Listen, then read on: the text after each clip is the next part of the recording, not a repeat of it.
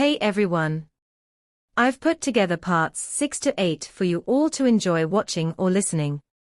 Hope you have a great time with the video.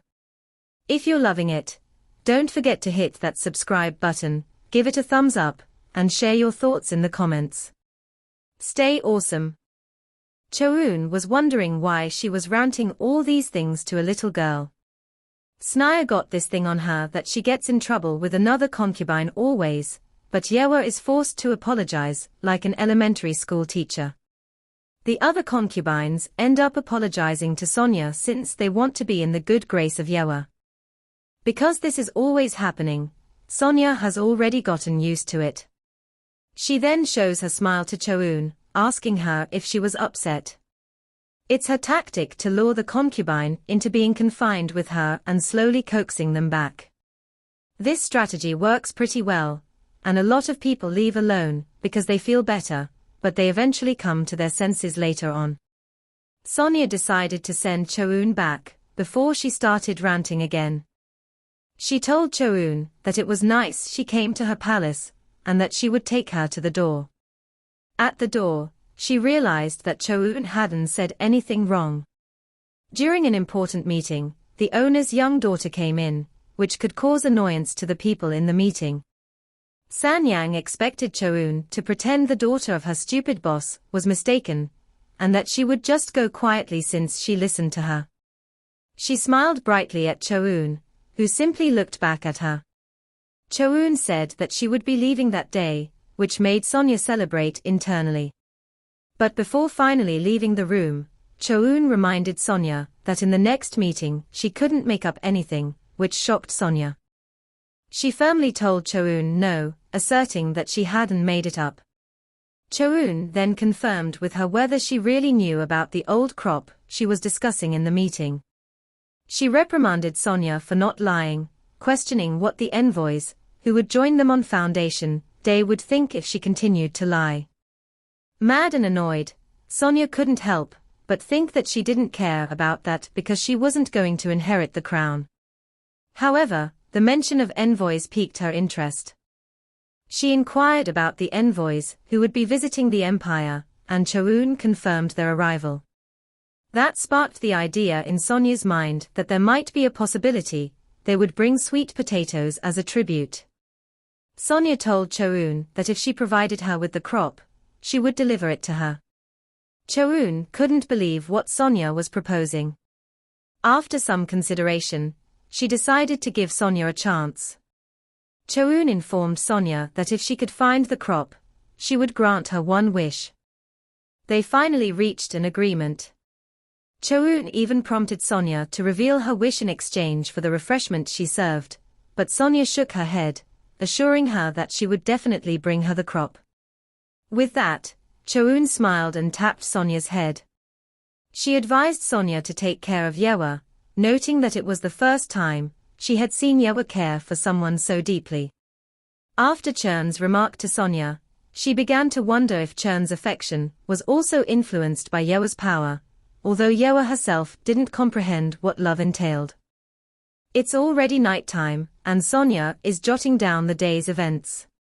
She ponders that she can only speculate about what may unfold in the future, still grappling with how to structure the original content of the novel. Initially, she had no intentions of drawing attention to herself. Her initial goal was simply, let's not go wild, intending to live quietly in her surroundings. But now, everything has shifted. She's resolved to leverage all the knowledge she's gleaned from reading the novel. It took hours before Sonia finished what she was doing. She couldn't even recall what she had written, the urgency stemmed from Churn's words. In Sonia's mind, she hadn't even considered the possibility of becoming the country's successor. There were many unspecified figures in power, and she was determined not to become heir to the throne. However, regardless of her reluctance, if Yewa asked her to take on that role, she felt she had no choice but to comply. She lacked the confidence to confront intimidating figures directly. She had to remind herself of the loyalists who would support and encourage her. Sonia is too sleepy to continue writing, but she has a lot of things to finish. She remembers from the novel that there is someone next to the Emperor, an extraordinary female concubine. She found out that this character is active repeatedly, and there's direct entanglement with the Emperor's harem. A character with little weight and no detailed description, but with the help of a great-brained concubine, the real Sonia was able to solve a number of troublesome national issues. She can guess who it is. A close aide to the Emperor. She understands why they are doing well despite the sharp winds of jealous concubines. Who would dare touch the Emperor's bamboo? Her first meeting with Chiun wasn't that great. It certainly showed a strong, weak attitude and high morality. As she expected, there's no one like Choun, and she has to get her to her side. The problem is that Choun sees Sonia as a child, and she knows that there's no one in the palace who is not, and that there's no reason for her to approach Choun now. She then decided that the only way was for her to find the sweet potato crop. That was the only way she could prove her ability to Choun. It will be her stepping stone for them to talk about other things. She looked out, and it seemed like it was already morning. She decided to wrap up everything and go to sleep. She was awakened by a letter floating inside her room. She was shocked to see the letter, and it eventually went near her, flowing in front of her. The letter is from her father, letting her know that he will see her soon, which scared her. After reading the short letter, it turned into flames. Scared, she hopped down from her bed and called for her ladies-in-waiting. She looked for everyone. No one is answering her call. Upon opening the door, it was Hisa who was surprised to see her too. Scared, she asked Hisa where she came from, and Hisa answered that she just went to get water for her to use to wash her face. She then asked about Gowan, Yeoryu, and even Sion. She told Sonia that those two bodyguards went out to get some snacks, and for Sion went to prepare her breakfast. Sanaya is shaking because she is still scared. Hisa gave her a tight hug, asking her what happened or if she had a nightmare. She just answered yes. She did not expect that Gyun would drop by like that. Sonia is wondering how Gyun could know where exactly she is among the many rooms of the palace, and precisely when she would be alone. She is worried. What should she do? All the consorts have powers, which is why there aren't any soldiers in the imperial palace to protect her. She wonders what will happen if she is alone again the next time something like that happens. She told Hisa to gather all the shadows in the afternoon, because she had something to ask them. That afternoon, just like Sonia ordered, everyone was gathered. As usual, Yeoryu is trying to keep the other shadows away from her. Sonia is watching the shadows fool around in her old palace. She was planning to apologize for overtaxing the shadows the last time, but now she doesn't feel like that anymore after seeing them. She was about to start, when the shadows started getting rowdy and crazy again. Yeoryu and Gowan won't stop fighting and arguing. She decided to wait for them to finish fighting, and then she finally decided to speak. She told them that she had something to request from them. They told her that she didn't need to make a request, and that she simply needed to order them. She asked them to teach her some martial arts moves. With what she said, everyone was shocked, and she can't imagine learning martial arts. Everyone was shocked when they heard what Sonia said, that she would like to learn martial arts. Everyone looked at Yeoryu, accusing him of not doing his job properly, because now Sonia would like to protect herself. The other shadows dragged Yeoryu out, while he was calling for Sonia. Sonia did not mind at all and even raised her hand as if telling them to do a good job educating him again. She was then asked by Dusk why she wanted to learn martial arts, and she answered that she simply wanted to build some strength. She even added that Gowan is a 12-year-old shadow, and since he can do it, she can probably do it too. But still, they insist that she doesn't need to learn, and that all she needs to do is order them to guard her so that she can focus on more important matters. Then Sonia confirmed with them that they are Yewa's shadows, but she was told that they are shadows of the imperial family members, and she is now an imperial princess, which makes her orders come next in line to Her Majesty's. Still not convinced, she asked Dusk again how she could trust that they would always be loyal to her. Still shocked, Dusk told her that a shadow that betrays his liege can never happen. He even added a question about what they needed to do for her to trust them. Sonia looked at Dusk and told him that he appeared to be in shock for not being trusted. Dusk told her that he did not realize that they were that unreliable. But Dusk told her not to doubt their loyalty, that they are swords that she can use, and that there is no way that a sword within her hands would harm her. Sonia smiled at him. Sonia is now sitting by the table, and she is wondering why her stomach is upset. She is thinking that she must have been on edge because of the letter from Gyun Yuren. She then recalls the burning of the room with all the medicines in it, and Soyeon seemed more flustered since the situation report was delayed. She looked at the door and wondered why the palace was so quiet and if there should be maids out in the hall. She walked towards the door and slid it open slowly. She gets scared seeing the hallway with no one in there, so she immediately closes it. She is wondering why the whole place is empty. Turning her back from the door, she can hear footsteps, and she knows they are not those of a maid or lady-in-waiting. It's a man's. She remembers Dusk lessons. He taught her that if the assailant comes from behind and covers her mouth, bruise their hand as hard as you can, poke their eyes with your fingers, or punch them if possible, before running away.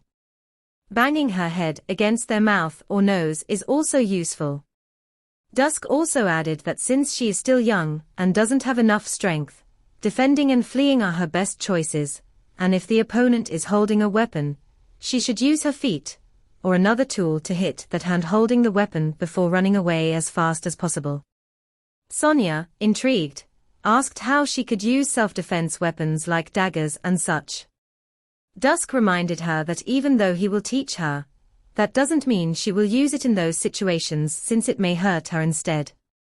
Holding a paring knife and shaking, she decided to use it to protect herself. Dusk words are ringing in her head. Don't let the assistant find out you're holding a knife, and you must think that there is only one chance to use it. She did not realize that those words, and what she learned would be used right away.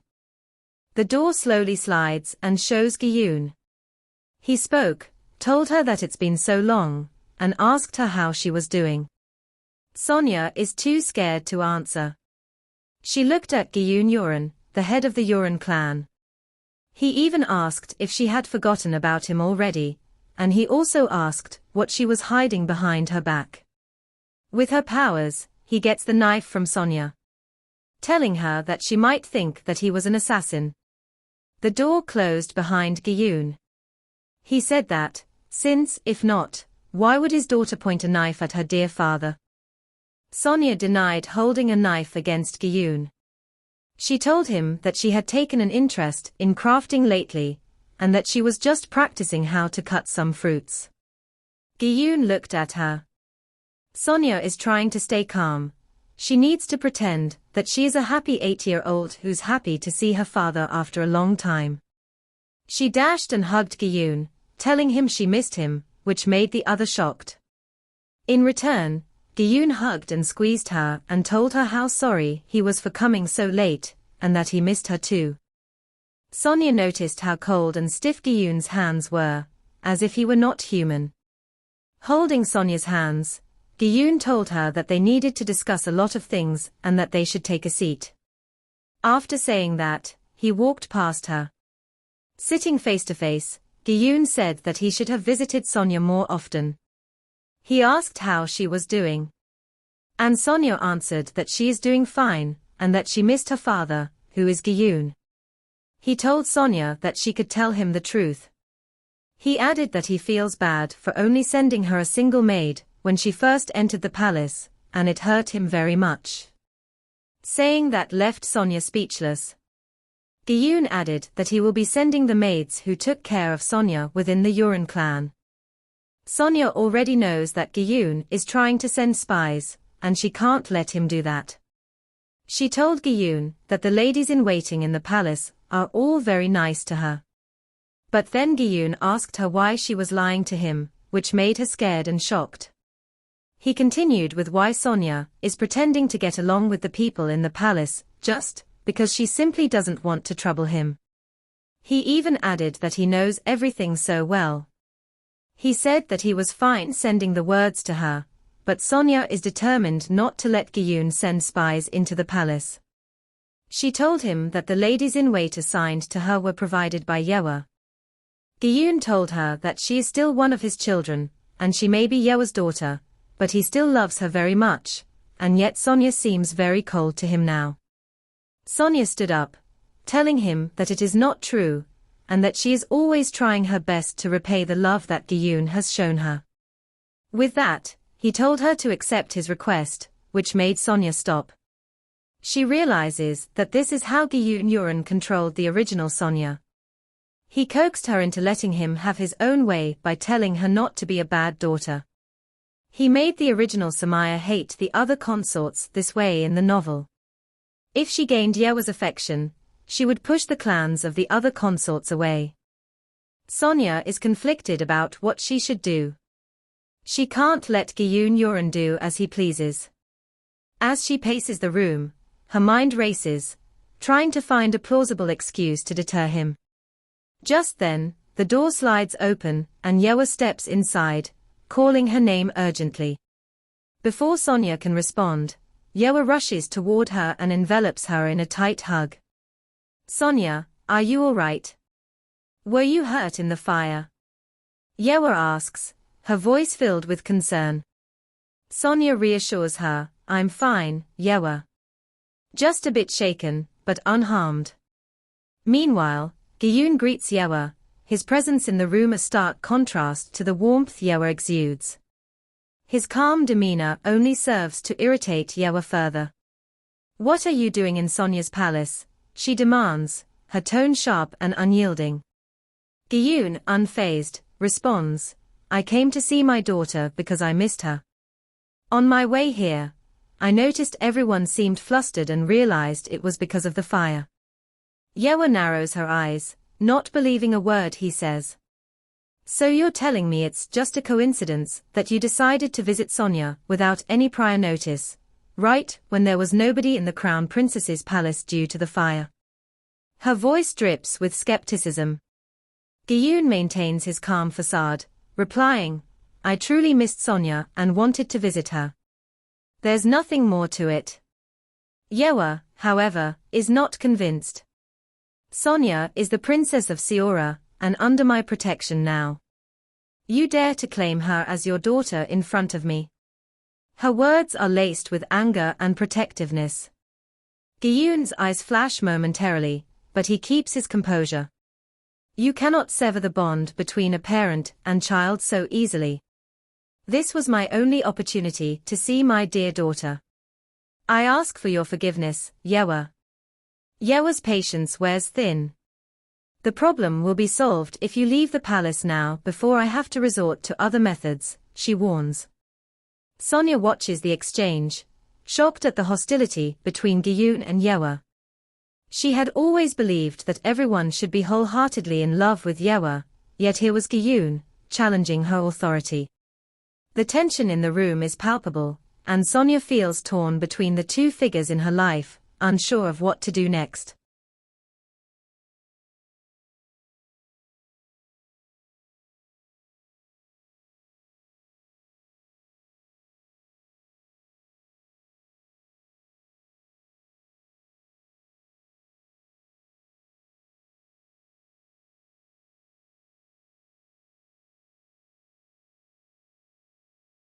Still in shock, Sonya found herself grappling with a mixture of confusion and disbelief, as she tried to understand why Gi-yoon was unaffected by Yewa's powers of affection. It was baffling to her that someone as potent as Yewa, whose very presence commanded love and devotion, could fail to sway Gi-yoon. Instead, she was astonished by the cold hostility he displayed towards her. As these thoughts swirled in her mind, the sound of hurried footsteps broke through her contemplation. Two men, Garam and Mirini, rushed towards the door, their faces etched with concern. Their arrival was a blur of motion as they burst into the room, their eyes immediately locking onto Sonia, who was standing alongside Yewa. Their expressions shifted from relief to surprise as they noticed who else was in the room, Gyun. The tension was palpable, and the air seemed to thicken with unspoken questions and simmering emotions. Gyun's presence was enough to make both men flinch, their instincts warning them of the danger he represented. Without hesitation, Yewa tightened her hold on Sonia, drawing her closer, as if to shield her from the invisible threat that Gyun posed. Gyun, sensing the rising tension, offered a curt apology. His voice was devoid of genuine remorse, more of a formality than a heartfelt expression. He assured them that he would leave now, but made it clear that he intended to return, his words carrying an unsettling promise. Garam, his eyes narrowing with anger, took a step forward, but before he could act, Mirani placed a restraining hand on his shoulder. The silent exchange between the two men spoke volumes. Now was not the time to escalate the situation. Yewa, ever composed despite the danger, knelt before Sonia, her eyes scanning her for any sign of injury. "Are you all right? Did he hurt you?" she asked, her voice laced with concern. Sonia, though unharmed physically, felt a cold dread settling deep within her. The events of the past few moments had shaken her, leaving her feeling vulnerable and exposed.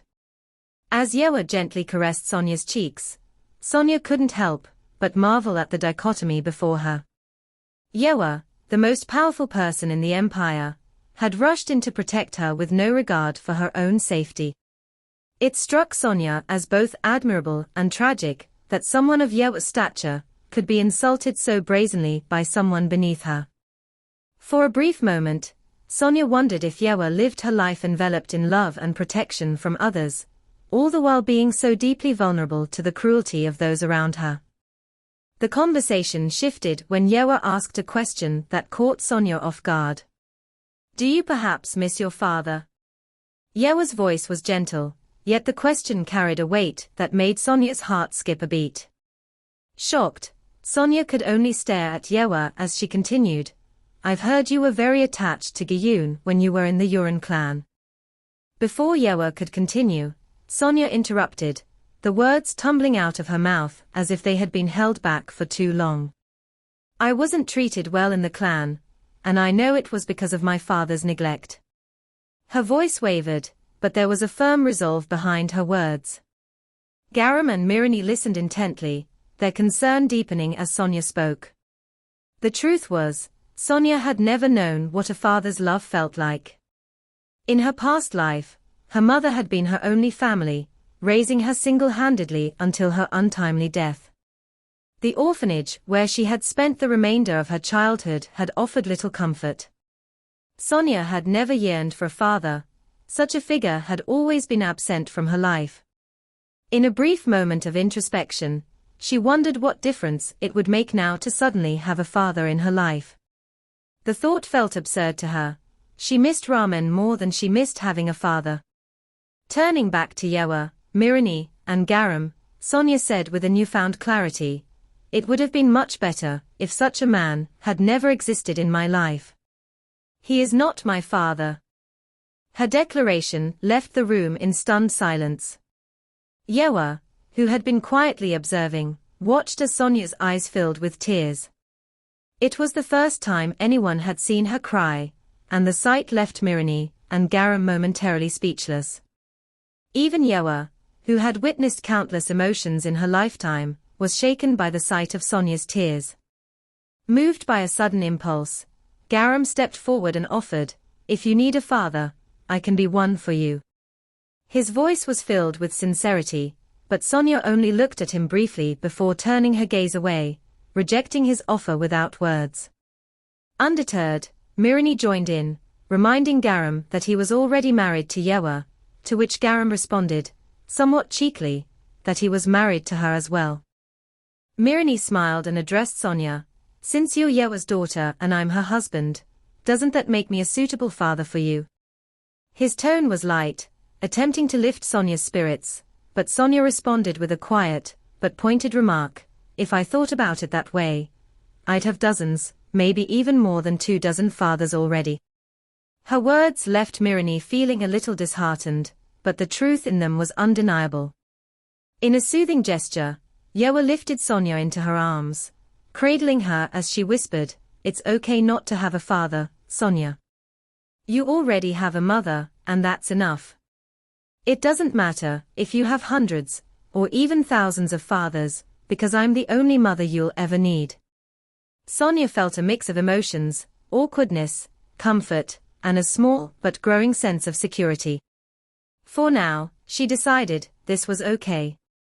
Garam, however, still clinging to the idea of being her father, suggested that she could at least call him by his name, but Mirani gently reminded him not to push the matter. Meanwhile, Gyun made his way out of the palace, a sense of satisfaction mingling with the fatigue he felt from the effort it took to breach the imperial palace without using the front gates. The energy he had expended had been significant, but in his mind, the gains far outweighed the losses. The barrier around the palace had truly weakened, where once it would have been impossible to even scratch it, now it barely offered any resistance. This realization brought a smirk to Gyun's face, as he thought about the absence of a certain individual that had clearly made a difference. He paid no further mind to the weakened barrier, focusing instead on the strange feelings that had stirred within him that day. The Empress Regnant had appeared different to him before. The thought of laying a hand on her would have been inconceivable. Yet, on that day, he had felt a dangerous sense of power over her, as though he could crush her like an insect beneath his foot. It was an intoxicating thought, one that lingered as he reflected on his encounter with Sonia. Although Sonia had acted as she usually did, rushing up to him with the eagerness of a loyal dog greeting its master, something had been different about her. There was a subtle change in her demeanor, a subdued quality that hadn't been there before. For a fleeting moment, he wondered if Sonia was harboring resentment towards him for his neglect. But just as quickly, he dismissed the thought, confident that as long as Sonia continued to act favorably toward him and never wavered in her loyalty, she would be of no threat. If she ever did have a change of heart, he knew he could end her life without hesitation. With the barrier now weak, Gyun Yuren decided it was time to put his plans into action. A day before Arian Day, when Sonia should have been rolling around in bed, enjoying a well-deserved nap, her thoughts were anything but restful. Restlessness gnawed at her, and instead of succumbing to the law of sleep, she found herself dressing and making her way to the Flower Light Palace. The decision was sudden, and even she was surprised by the impulse. The Flower Light Palace, known for its tranquility and the beautiful gardens that surrounded it, seemed like the perfect place to calm her nerves. But Sonia had another reason for her visit, one that weighed heavily on her mind. Upon her arrival, she was greeted warmly by the palace staff, who seemed eager to please. The cook, having heard of her impending visit, had taken it upon himself to prepare an array of delicate snacks. He saw it as an opportunity to showcase his culinary skills to someone of Sonia's stature. As she was led through the beautifully adorned corridors, she couldn't help but admire the serene atmosphere that enveloped the palace. It was a stark contrast to the more bustling parts of the imperial grounds.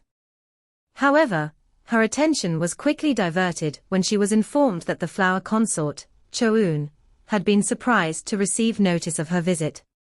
Sonia's reputation for seldom leaving her own palace preceded her, and the sudden appearance in Churn's domain was enough to raise eyebrows. It was almost as if she were tethered to her palace, rarely venturing beyond its borders. The flower consort, graceful and composed as ever, wondered aloud what had brought Sonia to her palace on such short notice. Sonia knew that earning Churn's trust wouldn't be easy. She cleared her throat before explaining the reason for her sudden visit. Trying to act cute, she told Choun that she simply wanted to see her, which was why she decided to visit unexpectedly. However, Choun advised her not to say things she didn't mean, and Sonia felt annoyed that her attempt had failed. She then decided to tell Choun the real reason for her visit, she wanted to ask why there were no imperial guards in the palace.